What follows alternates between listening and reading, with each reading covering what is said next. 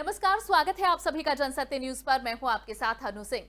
Lockdown के दौरान कामगारों को ले जाने के लिए उत्तर प्रदेश और राजस्थान सरकार के बीच उठे सियासी विवाद के बाद गिरफ्तार किए गए यूपी कांग्रेस के अध्यक्ष अजय कुमार लल्लू 27 दिन के बाद बुधवार शाम जेल से रिहा हो गए। 21 मई से जेल में कैद अजय कुमार लल्लू को मंगलवार को हाईकोर्ट से जमानत मिली और आज अजय कुमार लल्लू हमारे साथ जुड़े हैं। उनसे जानेंगे कि आखिर क्या है इस पूरे घटनाक्रम पर उनका कहना और क्या रहेगी उनकी आगे की स्ट्रैटेजी। अजय जी, आपका बहुत बहुत स्वागत है जनसत्य न्यूज पर। जी धन्यवाद। अजय जी, जेल से बाहर आते ही आपने कहा था कि संघर्ष की कोख से पैदा हुआ हूं, राहुल गांधी का सिपाही हूं, मुकदमे राजनीति में इनाम होते हैं और जेल अस्थायी घर। आखिर आपने ये क्यों कहा कि ना डरूंगा और ना ही डरा हूं? क्या ये पूरा घटनाक्रम आपको डराने के लिए था या किसी डर के कारण अंजाम दिया गया था? क्या लगता है आपको? लगातार जिस तरह मजदूरों की सेवा लगातार कांग्रेस पार्टी कर रही थी, हमने लगभग 87 लाख लोगों को भोजन और राशन पहुंचाया था। निश्चित रूप से एक बड़ा अभियान आदरणीय जी ने अनुमति मांगी और सरकार से अनुमति लेकर उन तमाम फंसे हुए मजदूर श्रमिक जो पैदल चलने पर विवश थे, जिनके पैरों में छाले पड़ गए थे, रोज दुर्घटना के शिकार हो रहे थे, शायद अगर वो बसें चली रहती तो अब 10 लाख लोग। प्रवासी मजदूरों के लिए बसों की पेशकश की गई थी, तो आपको लगा था कि ये जो पूरी आपकी मदद की एक पेशकश है, इसका अंत ऐसा होगा जहां ना तो बसें चल पाएंगी, ना प्रवासी मजदूर उसमें बैठ पाएंगे, ना उनकी मदद हो पाएगी और आप सलाखों के पीछे पहुंच जाएंगे? क्या आपने सोचा था शुरुआत में ऐसा? आज अगर उत्तर प्रदेश की जनता संकट काल के दौर से गुजर रही है, तो हम सब लोग मिलकर इस महामारी से लड़े और संघर्ष करें।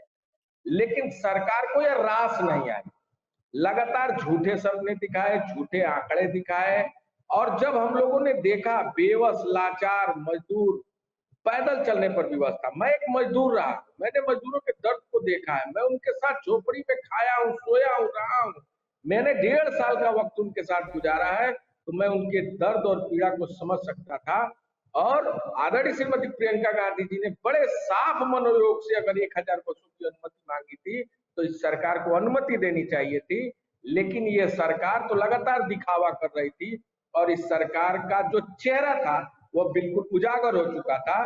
लेकिन सरकार लाख दमन करना चाहे, लाख हमारी आवाज को दबाना चाहे, फिर भी न डरे हैं, न डरेंगे, न झुके हैं, न झुकेंगे। हम राहुल गांधी के सिपाही हैं, हम लड़े और लड़ेंगे। जी अजय जी, अब मैं आपसे पूरा डिटेल में ये जानना चाहूंगी कि आखिर जिस तरह से आप ये कोशिश कर रहे थे कि प्रवासी मजदूरों की मदद हो, ये बसें उन तक पहुंचे और उसके लिए बॉर्डर तक भी आप उन्हें लेकर गए, आपको लगता है कि जो इल्जाम आप पर लगे और जिन इल्जामों के तहत आपको जेल भेजा गया वो सही थे? आखिर ये घटनाक्रम शुरू कैसे हुआ? आखिर ऐसा कौन सा कदम था जिस पर सरकार को लगा कि नहीं, ये स्थिति को बिगाड़ सकता है और आपका अपने लोगों के बीच में नहीं बल्कि जेल में होना जरूरी है? देखिए, राजनीति में जब सत्ता अहंकार में चूर हो और सत्ताधारी नेता और खासकर मुख्यमंत्री योगी आदित्यनाथ जैसा व्यक्ति हो, जो निरंतर पत्रकारों के खिलाफ मुकदमा लिखवाना, निरंतर सामाजिक कार्यकर्ताओं के ऊपर मुकदमा लिखवाना, निरंतर राजनीतिक लोगों के ऊपर मुकदमा लिखवाना, तो ये स्वाभाविक सी बात है कि वो कुछ भी करने पर आमदा है। गरीब लोगों के, पीड़ितों के, किसानों के, नौजवानों के आवाज को दबाना चाहती है। लेकिन शायद यह सरकार भूल गई है कि दमन करना, किसी की आवाज को दबाना, कहीं ना कहीं कोई एक ऐसी आवाज भी होगी जो और मजबूती के साथ इनके दमन, अत्याचार और अन्याय के खिलाफ संघर्ष करेगी। मुझे लगता है कि जेल की दीवारें मेरे इरादों को नहीं रोक सकती। निश्चित रूप से अगर जनमत के लिए, जनता की समस्याओं के लिए, मजदूरों के लिए, श्रमिकों के लिए, गरीबों के लिए, दलितों के लिए, पिछड़ों के लिए, नौजवानों के लिए, किसानों के लिए अगर अजय लल्लू को 1000 बार भी जेल जाना पड़े तो अजय लल्लू कहीं पीछे नहीं हटेगा। राजनीति में मुकदमे इनाम होते हैं और निश्चित रूप से जेल अस्थायी घर होता है। और ये मेरे लिए 21वीं बार जेल था। मैं सौभाग्यशाली हूँ कि जनहित की लड़ाई में मुझे 21 बार जेल जाने का सौभाग्य मिला। अजय जी, 28 दिन आपने जेल में बिताए हैं और आपने कहा कि आपके इरादों को नहीं तोड़ सकते हैं। क्या हैं अजय कुमार लल्लू के इरादे आगे? समाज में कुव्यवस्था, सरकार के दमन का जवाब देना। जिस तरह उत्तर प्रदेश में आज किसानों के साथ आत्महत्या करने पर किसान विवश है, छोटा उद्यमी रोज आत्महत्या करने पर विवश है। आप देख सकते हैं कानून व्यवस्था पूरे उत्तर प्रदेश की आज बद से बदतर होती जा रही है। किसी व्यक्ति का जान सुरक्षित नहीं है। महामारी में जिस तरह के आंकड़ों की बाजीगरी छिपाई जा रही है, जिस तरह यह सरकार भ्रष्टाचार के आकंठ में डूबी है, चाहे वो लेखपाल भर्ती हो, शिक्षक भर्ती हो, पुलिस भर्ती हो, दरोगा भर्ती हो, ग्राम विकास अधिकारी भर्ती हो, यूपीएससी में जिस सरकार ने 50-50 लाख रुपए में पेपर लीक करके भिजवाया हो, जहां एसडीएम और सीओ 50-50 लाख रुपए में बने हो, दलित और पिछड़ों के अधिकारों को छीना गया। जिस तरह का बड़ा खुलासा सामने आया, मंत्री और मंत्री के पीए तक उसमें इन्वॉल्व रहे, पशुधन का घोटाला हुआ, श्रमिक का घोटाला हुआ, फिर भी सरकार जीरो टॉलरेंस की बात करती है। केवल बयानवीर हैं और सबको डराकर दबाकर यह चाहते हैं कि हम उत्तर प्रदेश में निरंतर मनमानी करें। अजय लल्लू ऐसा होने नहीं देगा, कांग्रेस पार्टी ऐसा होने नहीं देगी और निश्चित रूप से हम सब लोग इस सरकार के अहंकार के खिलाफ जनता की आवाज बनेंगे, किसानों की आवाज बनेंगे, नौजवानों की आवाज बनेंगे। लग रहा है कि कल ही आप जेल से आए हैं और दोबारा से आपने मोर्चा संभाल लिया है। इस पूरे घटनाक्रम की शुरुआत हुई थी जब प्रवासी मजदूर सड़कों पर थे। अब वो बेशक अपने घर तो पहुंच गए, लेकिन समस्याएं, दिक्कतें अभी खत्म नहीं हुई। कांग्रेस कैसे आगे उनकी समस्याओं पर काम करेगी? आगे क्या मदद या फिर क्या योजना है आपकी, क्या रणनीति है? जहां मजदूरों की जो स्थिति है, हालात है, निश्चित रूप से चिंतनीय है। सरकार ने कहा हम उनके लिए रोजगार उपलब्ध करा रहे हैं। सरकार ने कहा कि हम उनके लिए ढेर सारे उद्योग को हम उत्तर प्रदेश में उद्योग का समझौता करके उत्तर प्रदेश में उनको रोजगार देंगे।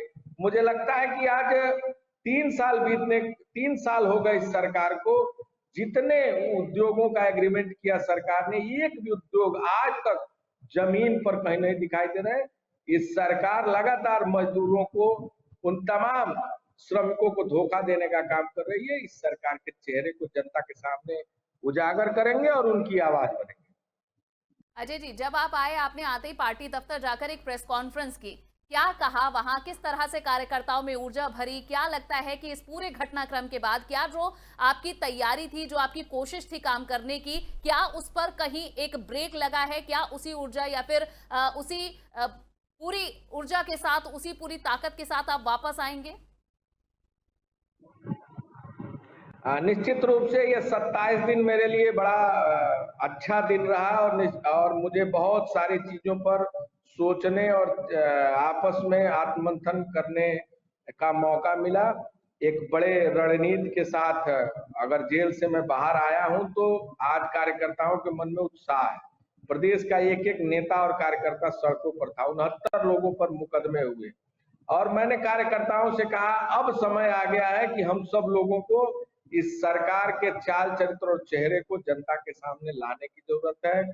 संघर्ष की बेला है, लड़ने की जरूरत है।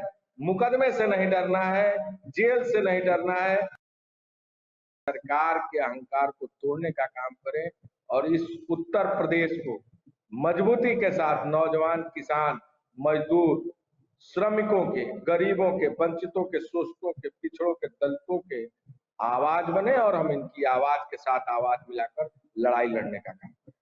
जी, आपने आवाज उठाई, लेकिन उसका जो नतीजा रहा वो हमने पिछले 27 दिन में देखा जब आप जेल में रहे। दबे स्वर में ये भी कहा जा रहा है कि आप जेल में थे, लेकिन कांग्रेस आला कमान की तरफ से आपकी सुध नहीं ली गई। क्या कोई शिकायत है मन में आपके? देखिए, मैं बड़ा स्पष्ट कर दूं, आपको शायद संज्ञान होगा, आदरणीय प्रियंका गांधी जी ने जिस तरह अभियान का मोर्चा संभाला और जो उनके लगातार उन्होंने जो एक बड़ा संदेश भी दिया, जो उनका लेख निकला पूरे देश के तमाम न्यूज़पेपरों में, मुझे लगता है वो मेरे लिए काफी प्रेरणा स्रोत थे। निश्चित रूप से उन्होंने लेख में आज जिस तरह कार्यकर्ता को संजीवनी देने का काम किया, उत्साह बढ़ाने का काम किया, जिस निडरता के साथ खड़े होकर कदम से कदम मिलाकर चलने का काम किया, मैं आजीवन ऋणी हूं और उत्तर प्रदेश के कार्यकर्ताओं में एक जोश आया है, उत्साह आया है। सारे कार्यकर्ताओं ने यह मन में ठान लिया है कि हम सब लोगों को अब इस संघर्ष की बेला को आगे बढ़ाएं। जी, जब आपको जमानत मिली तो कोर्ट की तरफ से कहा गया, जिस तरह से जो आप बसें लेकर पहुंचे और बस की जो सेवा आप देना चाहते थे उसका कोई औचित्य नहीं था, इससे बचा जा सकता था, ये कोर्ट ने कहा। तो कोर्ट भी ये मान रही है कि ये गैर जरूरी था, इसका कोई औचित्य नहीं, उसके बावजूद ये काम किया गया। अगर ये ना होता तो शायद इतना बड़ा ये घटनाक्रम होता ही नहीं। मुझे लगता है कि मैं न्यायपालिका का सम्मान करता हूं। न्यायपालिका ने मुझे जमानत दी, मैं उनका हृदय से आभार व्यक्त करता हूं। और निश्चित रूप से सत्यमेव जयते की जो परिभाषा है, परिकल्पना है, उसको न्यायपालिका ने निश्चित रूप से एक बड़ी जीत देने का काम किया। जहां तक न्यायपालिका ने जो टिप्पणी की है, मैं उनके ऊपर कोई टिप्पणी नहीं करना चाहता, लेकिन फिर भी यह जरूर कहना चाहूंगा कि कोई भी राजनीतिक पार्टी का यह धर्म बनता है कि संकट में जब देश हो प्रदेश हो तो निश्चित रूप से संकट में वह एक साथ खड़े होकर उत्तर प्रदेश हो या देश की जनता का सहयोग करे। अगर हम विपक्ष में थे, सरकार का सहयोग करना चाहते थे, 1000 बसों को देना चाहते थे, अगर उन बसों से आज मजदूर अपने घर को गए रहते तो मुझे लगता है कि 8 लाख से अधिक मजदूर अपने घर पहुंच पाते। लेकिन शायद सरकार के इस तिकड़म जाल के नाते मजदूर उन बसों पर यात्रा नहीं कर पाए। मुझे लगता है कि आज विपक्ष के रूप में हम सरकार का सकारात्मक सहयोग करना चाहते थे, लेकिन सरकार डरी हुई थी। वह यह जानती थी कि अगर इन बसों का इस्तेमाल होगा, पहले तो उसको विश्वास ही नहीं था कि बसें मिल सकती हैं, लेकिन जब बसों के काफिलों को देखी तो डर गई और एक एक घंटे पर अपने फैसले को बदलती रही। और शायद इसी डर के नाते उसको लगा कि अजय लल्लू को जेल भेज दो, सारे कांग्रेसी डर जाएंगे। लेकिन कांग्रेस के कार्यकर्ताओं ने पूरे उत्साह, मेहनत और ऊर्जा के साथ सड़कों पर संघर्ष किया। 69 कार्यकर्ताओं पर मुकदमा हुआ। निश्चित रूप से कांग्रेस का एक एक कार्यकर्ता आज संकल्प के साथ इतिहास लिखने को पूरी तरह तैयार है। अजय जी, आपके साथ और भी आपके कार्यकर्ता जेल गए थे, क्या सभी को जमानत मिल गई है, सभी लौट आए हैं? मैं अकेले जेल गया था और आगरा से मुझे लखनऊ में जिस मुकदमे में जेल भेजा गया था, मैं अकेले जेल गया। उसके बाद भी और भी कार्यकर्ताओं की गिरफ्तारी भी हुई थी, औरों को भी हिरासत में लिया गया था। तो सारे कार्यकर्ता, मथुरा में गिरफ्तारी हुई थी, आगरा में गिरफ्तारी हुई थी, सारे कार्यकर्ता लगभग छूट चुके हैं और वो सब लोग अपने घरों को आ चुके हैं। अजय जी, अभी आपने कहा कि जो प्रदेश की कानून व्यवस्था है वो कहीं डामाडोल है और आपने उस पर सवाल भी उठाए, लेकिन कल जब आपकी रिहाई हुई और जब आप जेल से बाहर आए तो आपने खुद कानून व्यवस्था को चैलेंज किया। आपकी तरफ से 100 से ज्यादा कार्यकर्ता इकट्ठे हुए, जहां सोशल डिस्टेंसिंग का पालन नहीं किया गया। 1 दर्जन से ज्यादा वाहन आपके काफिले में शामिल थे, तो क्या ये कानून का उल्लंघन नहीं? मुझे लगता है कि वो एक भावुक पल था। देखिए, कार्यकर्ताओं में एक जोश सा उत्साह था और एक उनका साथी जो काफी दिनों से जेल में था, तो एक भावुक पल था। इसलिए सभी लोग देखना चाहते थे, मिलना चाहते थे। वो भावुक क्षण में सभी लोग एक दूसरे से गले मिलकर एक दूसरे के साथ बधाई दे रहे थे। अजय जी, क्योंकि अब आप आ चुके हैं जेल से बाहर और पार्टी दफ्तर में भी अब आप सुबह से ही बैठे हैं और लोगों से मिल रहे हैं, कार्यकर्ताओं से आगे बातचीत कर रहे हैं, तो आगे कांग्रेस की उत्तर प्रदेश में क्या स्थिति रहेगी, क्या भूमिका रहेगी, क्या हम आगे देखेंगे अब? उत्तर प्रदेश की सरकार भ्रष्टाचार के आकंठ में डूबी है और 3 बड़े मामले आए हैं। 69,000 शिक्षकों के भर्ती का मामला, जिसमें 10-10 लाख रुपए में पेपर बेचे गए, वो पूरी तरह साबित हो चुकी है। पशुधन विभाग में इतने बड़े घोटाले का मामला, विभाग में घोटाले का मामला, कानून व्यवस्था एक बड़ा सा है। इन तमाम जिसको लेकर हम जनता के ऊपर आंदोलन करेंगे और निश्चित रूप से इस सरकार के चाल चतुर चेहरे को जनता के सामने दर्शाने का काम करेंगे।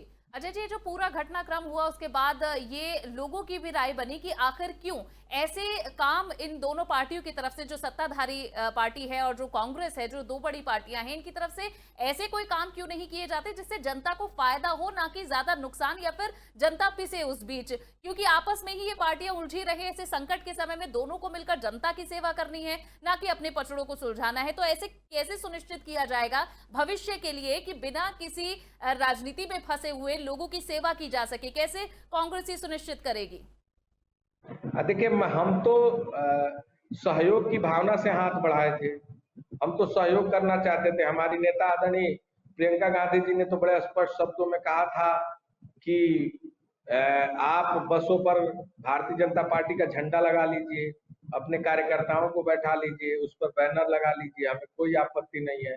लेकिन हमारे मजदूर भाई, श्रमिक भाई पैदल चलने पर विवश है, पैरों में छाले पड़ जा रहे हैं, उन लोगों को तमाम कठिनाइयों का सामना करना पड़ रहा है।